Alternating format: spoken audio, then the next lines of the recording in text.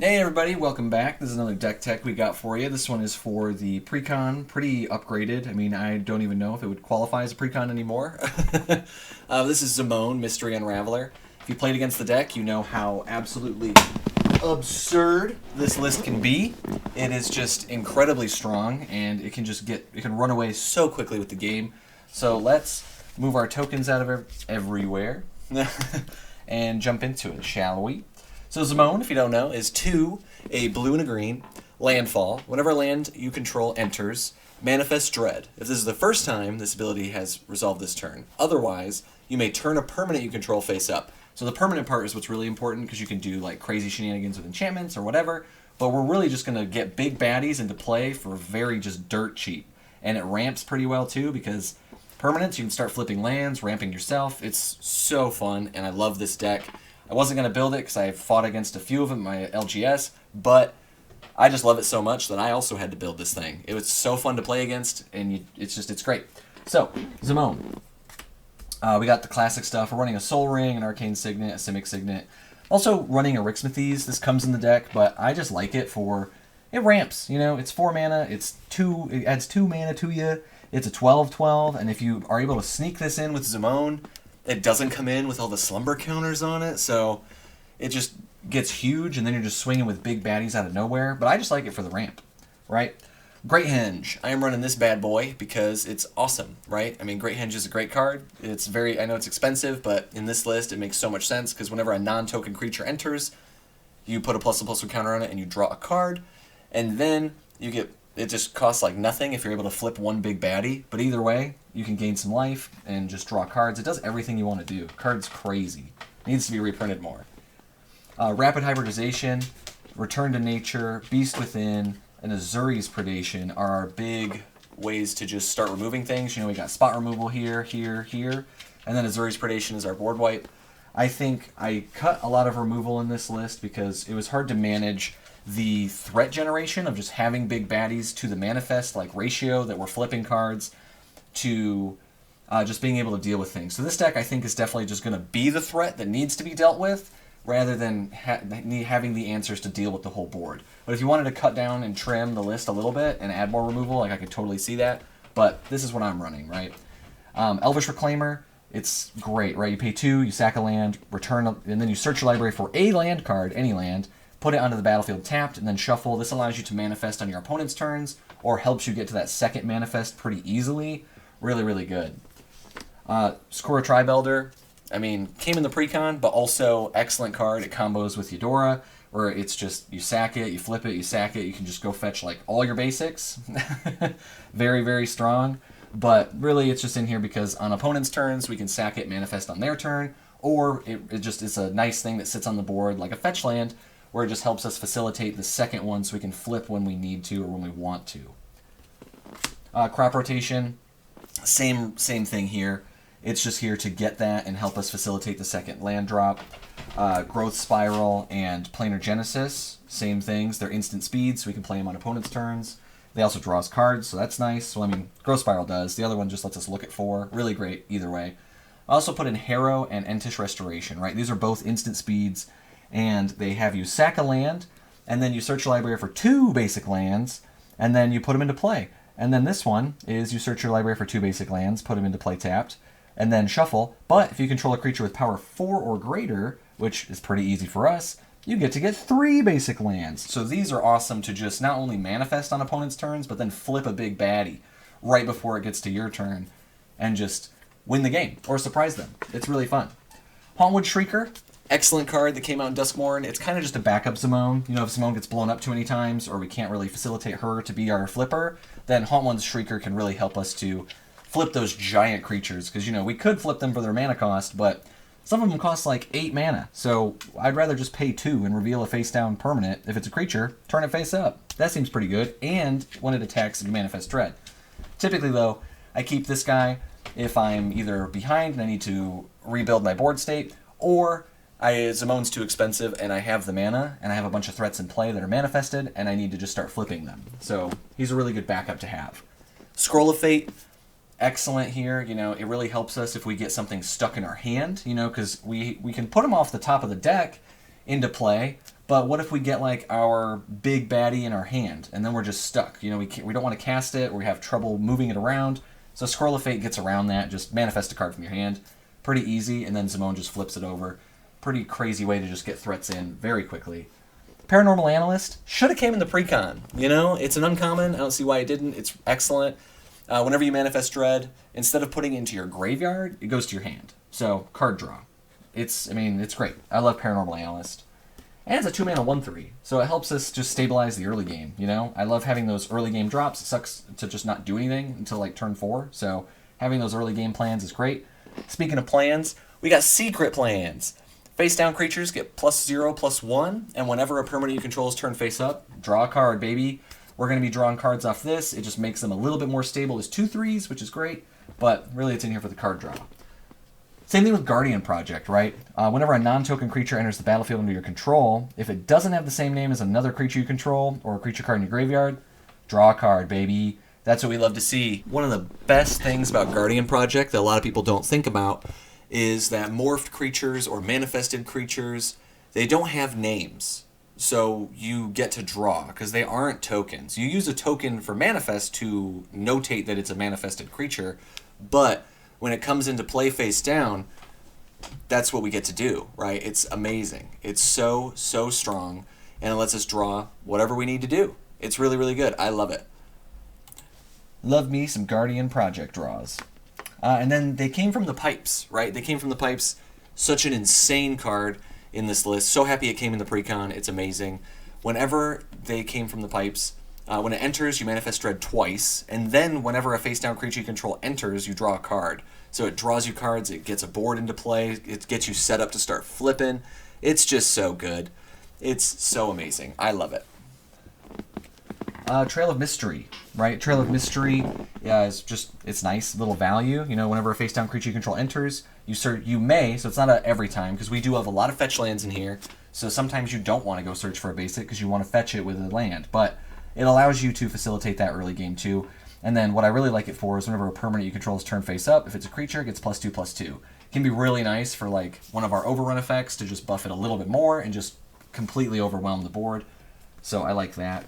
But I could see cutting Trail of Mystery, honestly, for some other value piece like a morph counter or something. But threats around every corner. This is one of the two cards. This and Paranormal Analyst. I was like, why aren't these just in the precon? You know, they're uncommons. They came out in the set. It's excellent. But I get it, I guess. But either way, threats around every corner. When it enters, Manifest Dread, which is insane. But the best part, and what makes this card absolutely crazy in Zamone, is whenever a face-down permanent you control enters, search your library for a basic land card, put it onto the battlefield, tap, then shuffle. I mean, with Zamone in play, you manifest one, you just play your land for turn, you manifested, so you go get another land, and then you can flip whatever you just manifested. It's so strong. The only thing you have to keep in mind with threats around every corner, though, is that it is not a May. It is a, when a face-down permanent enters, search your library for a basic land.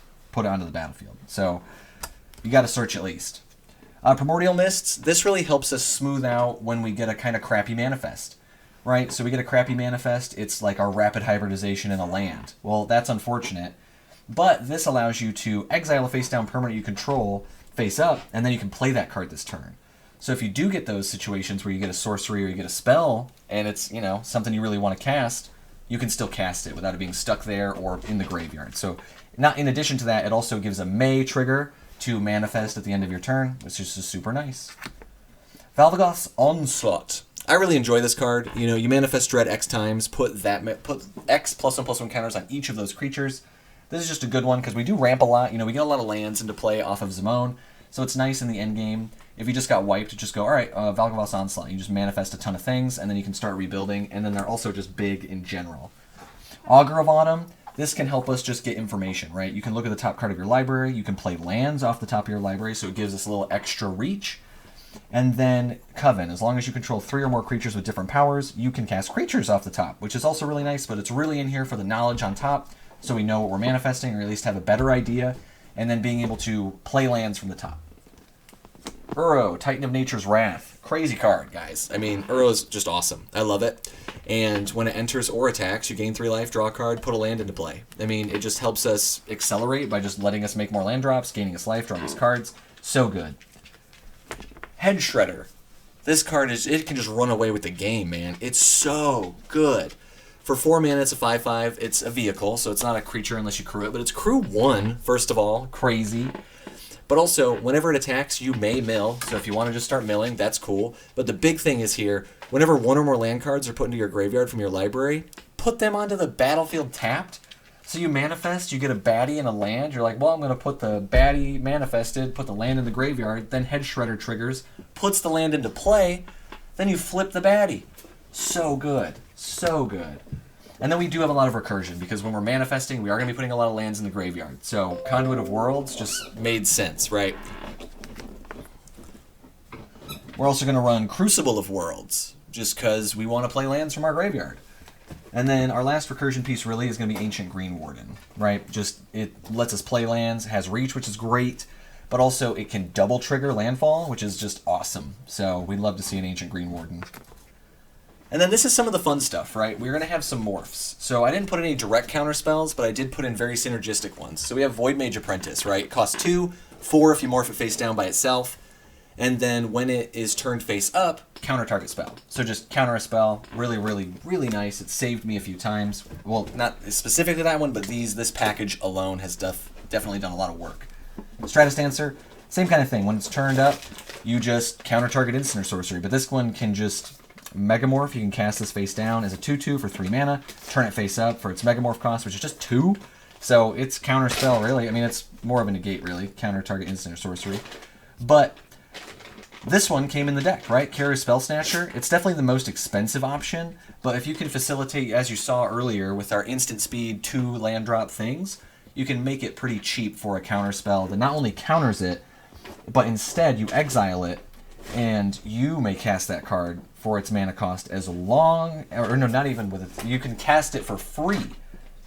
So it costs a lot to do it, but it's so excellent. I mean, this one has so much value to not only stop a board wipe from, stalling your game out, it also can be like, oh, that's a really good card, a very valuable card. I'm just going to spell snatch it. I'm going to steal it. It's great. Love this card. Running Heroic Intervention. I mean, we commit to the board, so we want to protect our board, and this is just a good way. Ghostly Flicker. So strong. I mean, you exile 2 artifact creatures or lands you control, and then you can return them to the battlefield under your control, so you can flip your manifested things with Ghostly Flicker. So it's not only protection for Zimone if it's like a targeted removal, you can also manifest things at instant speed. Just excellent card. Really, really good include. Scroll Rack. One of the biggest upgrades I think for this deck is Scroll Rack. Like I said earlier, with the way to manifest a card from your hand, this lets you put the junk or the big bombs you want to sneak in from your hand onto the top of your deck, draw some cards, and then set your manifests up. For 1 mana, 2 mana to get in and 1 mana to tap it, but so strong, right? And now, the fun stuff, right? What are we sneaking in? Like, what are the big baddies that we're going to try and just beat our opponents down with? Arcanist the Omnipotent costs 6. He's a 3/4, but he also is he's really in here as just draw a ton of cards, right? You need gas, draw 3 cards. He can also protect himself for 4 mana. He can bounce himself. That's pretty nice, but really he's in here to just sneak out, flip, draw cards, do crazy stuff. Nezahal. It's a Rhystic Study creature, right? Whenever opponent casts a non-creature spell, you just draw a card. It can't be countered. You have no max hand size. And then it protects itself too. It's so good. When you have Nezahal in play, I feel like I'm just drawing cards left and right, man. It's so strong. And it's a 7/7. So it's a huge threat on its own, but really it's just a really, really nice just generator of cards. Scoot Swarm. Scoot Swarm is just excellent. In any deck that we're going to be abusing lands or playing a good amount of lands, just throw in Scoot Swarm. He'll do work. He'll go down there, he'll just make a ton of himself, and then he'll just protect you. I love him. Tatiova, right? This is great just because, whenever a land ETBs, which is what we want to do, we're going to gain life, draw a card. Seems pretty sweet to me. Eudora. Came in the precon. Excellent include. This is whenever another non-token creature you control dies, you can return it to the battlefield face down under its owner's control. It's a forest land. So awesome, right? Like I said earlier, it goes really well with Steve, and you can just combo out and just get a lot of mana, a lot of land drops. But just be careful with that, it can do a lot for you, but it can also really upset your land balance. But that's why we have Graveyard Recursion for our lands, making sure we can just get lands that way. Overlord of the Hauntwoods. Probably one of the best cards, at least in my playtesting of the deck, just because when it enters and attacks, it just auto makes a land drop for you, which makes our 2 land drops a turn thing with Zimone so easy. So simple, so easy, and it's so good. I was kind of on the fence about it, but then after playing it, I was like, this card is just so strong. I mean, it's a 6/5, and then it just gives me lands all the time. It's so good. Ashaya, we need to play lands. How about our creatures are lands? You know, that seems pretty good. So that's why Ashaya exists. We are running some big baddies, right? These are things that will slow the game down for our opponents and then accelerate us, while also drawing removal away from Zamone. Because Zamone is such a huge engine, it's nice to just flip a huge baddie and then have them deal with that instead of Zamone. Because we don't really care if you kill my Vorinclex, because I have another huge, awful thing right next to it that's hidden. So Vorinclex is going to double your mana, he's going to stall your opponent's mana, he's so strong, and I just love running him, you know? He's a big target removal, and if he does manage to not get killed, I mean, you're so set. Same thing with Void Winnower. I've run into so many games where Void Winnower was one of the reasons I was winning, because they couldn't cast their removal spell because it was even. They couldn't wipe the board because it was an even cost. And it's just so strong. They couldn't block Void Winnower because it's a 2-mana creature. So, really, really good, and it doesn't hurt you at all. So you just flip this bad boy out, stall them a little bit, and then get your engine on and start beating people down with your big boys. And we are running the evil Jin-Gitaxises. We're running them both, baby. Look at that. Boom. Sneak peek. But yeah, Jin-Gitaxis, I love running the Praetors. They're so fun. So whenever I get a chance to try them out and see if they could fit in a Reanimator list or something where we can cheat them out, love to see them. So yeah, we're running Jin-Gitaxis. This is a Progress Tyrant. Whenever an opponent, or whenever I cast an artifact, instant, or sorcery, I copy it. And then whenever an opponent casts an artifact, instant, or sorcery, counter it, if it's the first one that they did each turn. So really, I mean, most times it's like, well, I got to throw this spell out in order to even try to kill Jin, and then maybe it won't even work. So really, really good. And this is the gross one, right? This is the one that cuts all opponents' hand sizes, gives you a ton of draw. It's just such an excellent card. So good, and so nasty to sneak out early. Sapandrel, you know, he's close enough. I just like him because at the beginning of each combat, my guys are huge. Even my 2/2 manifests are now 4/4s.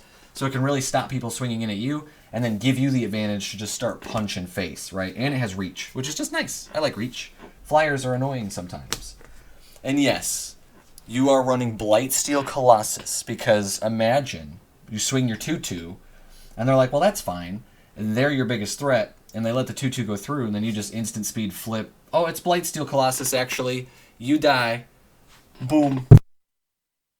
Blightsteel. You know, it can definitely make feel bads, so if you don't want that, then I would cut the Jins, I would cut the Void Winnower, I would definitely cut Blightsteel Colossus for other big bad threats, but that's what this deck is, you know, at least for me. It's about sneaking horrible things into play and doing really bad things. Worldspine Worm, you know, you flip this bad boy over, it's very strong, hard to deal with, right, unless it's exiled.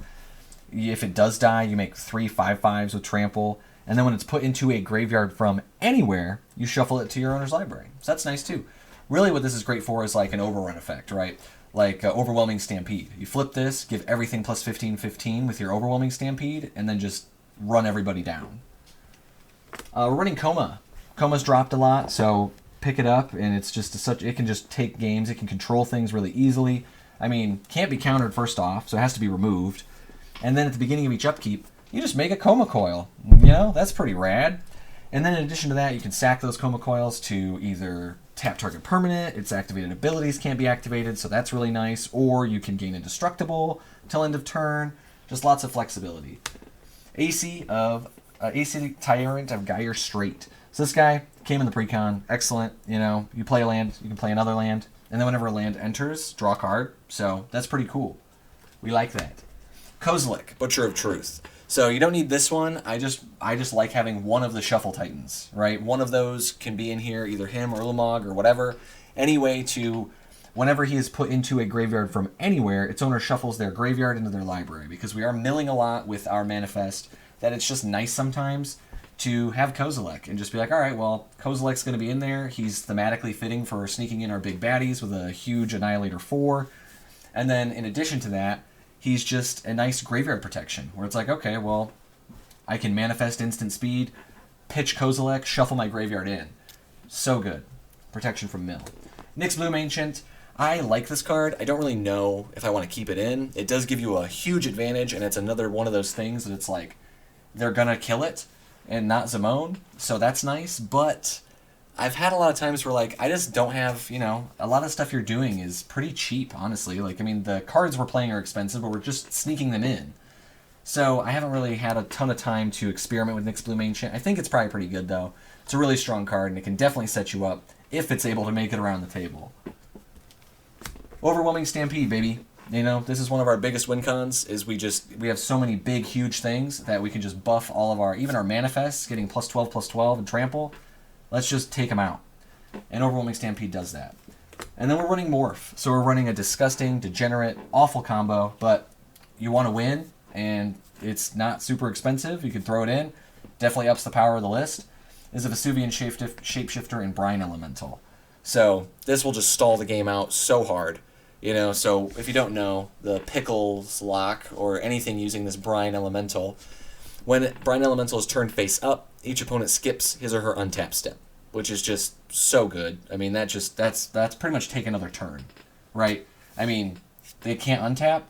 Pretty awesome, especially if you play this at the right time, where maybe a bunch of people just tried to swing out at each other, and they're all tapped out. You just Brine Elemental, and then you just keep them locked down. And you keep them locked down with Vesuvian Shapeshifter, right? Because when it enters the battlefield or is turned face up, you can choose another creature on the battlefield, and if you do, until this is turned face down, it becomes a copy of that creature and gains at the beginning of your upkeep. You can turn it face down. So you can keep flipping it as a copy of Brine Elemental, flipping it face down, flipping it face up. It's really, really, really strong. Really, really good card. And then we got our lands, right? We're running 38 lands. I'm running like so many fetch lands. We're running Fabled Passage, Scalding Tarn, Misty Rainforest, Verdant Catacombs, Wooded Foothills, Flooded Strand, Polluty Duty, Windswept Heath, Urza's Cave. That's what we're running, right? Because I want to be able to manifest whenever I want, and these really help facilitate that. But to combat that, you know, we're running this bad boy, Command Tower, you know, classic. Simic Growth Chamber, you can bounce stuff. Fine Glimmer Snarl, Hedge Maze, Breeding Pool, Rejuvenating Springs, Yavimaya Coast. And then one of the excellent things we're doing is Yavimaya, right? Cradle of Growth. It can turn our fetch lands into forests, right? While they're in play, we don't have to sack them. We can actually use them as lands. So we can crop rotation, go get a Yavimaya, and just, you know, if we're hitting a bunch of fetch lands. Reliquary Tower, you know, we're drawing a lot of cards. This is definitely a flex slot. I don't know if it has to be in here yet, but we can definitely see. We can draw pretty decently, so not 100% on that one yet. I am running Command Beacon, because like I said, people don't like Zimone. They want her to die, and if she gets too expensive, it's nice to have a Command Beacon in your deck, especially a deck that can tutor lands pretty easy. So, Command Beacon, great card. Field of the Dead. We're playing lands, baby. We have so many lands, so many different name lands. I had a Field of the Dead. I'm throwing it in. I also run Dark Depths. I did take out the Vesuvian, whatever the other one is, the one that copies it. They can kind of get around it.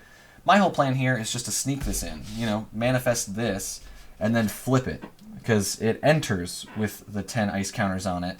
But if it's face down, it's already entered, and then you can flip it. And same kind of thing with Erixmathes, right, where it just gets no counters, because it entered as a face down. Glacial Chasm, it's gross, it's nasty, but, you know, people need to play more land hate, and we'll show them why.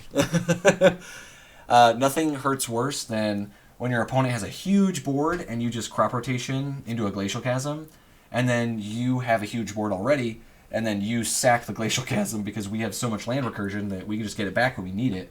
But yeah, you just Glacial Chasm. Crazy card. I'm running Snow-Covered Forest in addition to my other forests, right? That's mainly just for extra land names. I do want to keep a lot of basics in, just so we can tutor them with all of our fetch lands. And then we're running one snow-covered island, and then a bunch of regular islands, because I do want the extra names. These are basics, so I can fetch them, but it also helps a little bit with our thing with our Field of the Dead, right? But I haven't had any issues with Field of the Dead, just because we have so many differently named lands that, I mean, in addition to our fetches alone, it can just get in there. And it's really just there for a little bit of extra value. This isn't a Field of the Dead deck, it's just an extra thing that can sometimes be relevant. You know, if we're already running lands and recursion, why not run that? At least that's my idea. So, that will be Zimone. She is insane. She's so strong. Very, very good deck. I have a blast playing this list. And it has answers for everything. And you're constantly throwing big baddies out. So if you want to do like stompy, sneaky things, Zimone is a great list to test and do, especially if you have a lot of the stuff already. Really excellent cards because the morph counter cards are just not expensive at all. So being able to assemble this, excellent. All right, well, that is it for me. That is Zamone, Mystery Unraveler, the list I've been running. And if you like this video, you know, leave a like, you know, if you're so inclined, or comment down below if you liked it, you know, that'd be great. But outside of that, I'll see you guys in the next Deck Tech. Bye!